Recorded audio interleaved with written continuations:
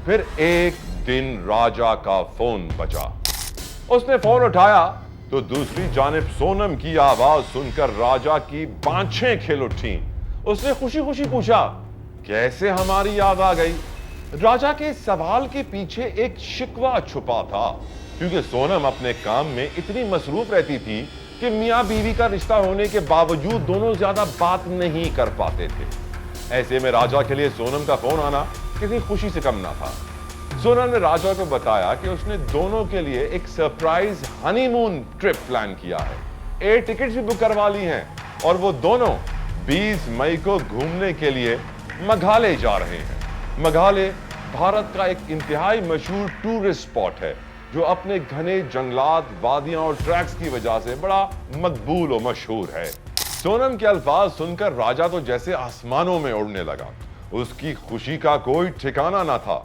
वैसे तो राजा को सोनम के साथ हनीमून पर शादी के 3 माह बाद जाना था, लेकिन सोनम का अचानक सरप्राइज सुनकर फौरन रवानगी के लिए वो मान भी गया, इस बात से अनजान कि ये उसकी जिंदगी का आखिरी सफर बनने वाला था। 20 मई को दोनों इंदौर से ग्वालियर के लिए रवाना हुए, जहां उन्होंने मंदिर में विजिट के बाद अपने हनीमून डेस्टिनेशन मेघालय रवाना होना था।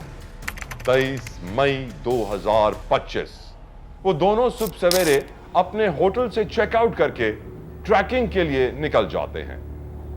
9:45 पर एक टूरिस्ट कैमरे में दोनों को देखा भी जा सकता है, जिसमें वो दोनों काफी थके हुए दिखाई दे रहे हैं। सोनम व्हाइट टी शर्ट में देखी जा सकती हैं, जबकि राजा सैंडो में पानी की बोतल पकड़े उसके पीछे चल रहे होते हैं।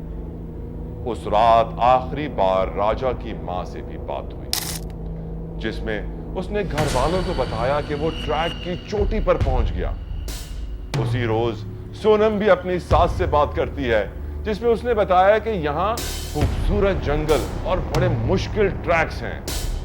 इसके बाद से राजा और सोनम का अपने घर वालों से राब्ता मुनक़ता हो जाता है।